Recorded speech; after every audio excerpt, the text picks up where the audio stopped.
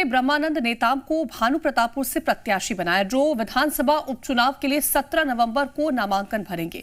नेताम के नामांकन में बीजेपी के दिग्गज नेताओं के शामिल होने की खबर है। वहीं नेताम ने अपनी जीत को सुनिश्चित बताते हुए कहा कि आदिवासी आरक्षण उपचुनाव का मुख्य मुद्दा होगा।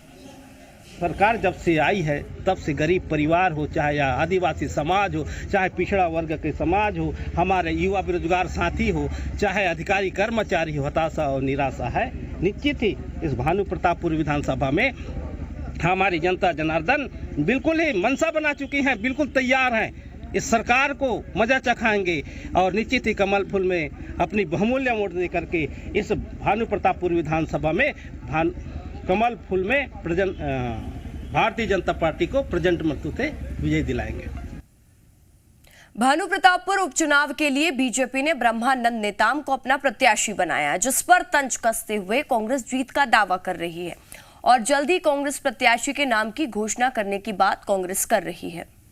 प्रतापपुर उपचुनाव में कांग्रेस का प्रत्याशी जो भी होगा वही विजयी होगा। उसका कारण है, हमारे जीत के दावों का आधार है कि हमारी सरकार ने पिछले 4 साल में जो काम किए हैं, भानु प्रतापपुर के स्वर्गीय विधायक मनोज मंडावी की सक्रियता और उनके द्वारा करवाए गए विकास कार्य, मुख्यमंत्री भूपेश बघेल का जन सरोकारों के प्रति प्रतिबद्धता और मुख्यमंत्री भूपेश बघेल की विश्वसनीयता हमारे इन चुनाव में हमारी जीत का सबसे बड़ा आधार होगा। हम संगठन की मजबूती, सरकार के कामों के दम पे चुनाव में जाते हैं। बहुत जल्दी हमारे प्रत्याशी की भी घोषणा हो जाएगी। भारतीय जनता पार्टी के पास तो जो प्रत्याशी घोषित किए गए हैं, कोई चुनाव लड़ने के लिए तैयार नहीं था।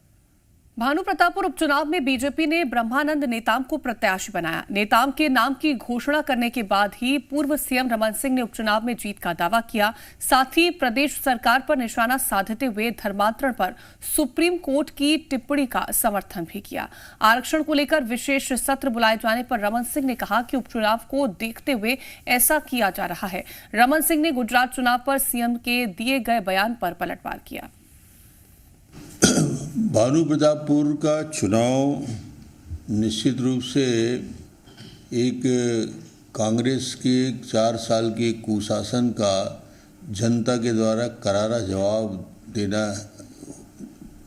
दिया जाएगा। और मुझे लगता है कि जो आक्रोश समाज के सभी वर्गों में पनप रहा है, उसका एक प्रकटीकरण निश्चित रूप से भानु प्रतापपुर के चुनाव में सामने आएगा और जनता इस बार कांग्रेस को और कांग्रेस के प्रत्याशी को पूरी तरीके से हराएगी।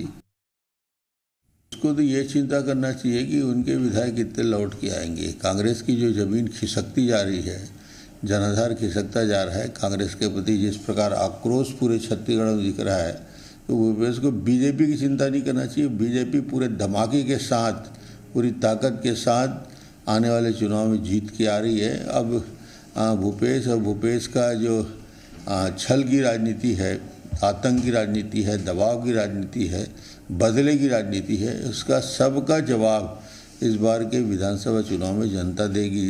इसलिए उनको बीजेपी की चिंता नहीं, खुद की चिंता करनी चाहिए।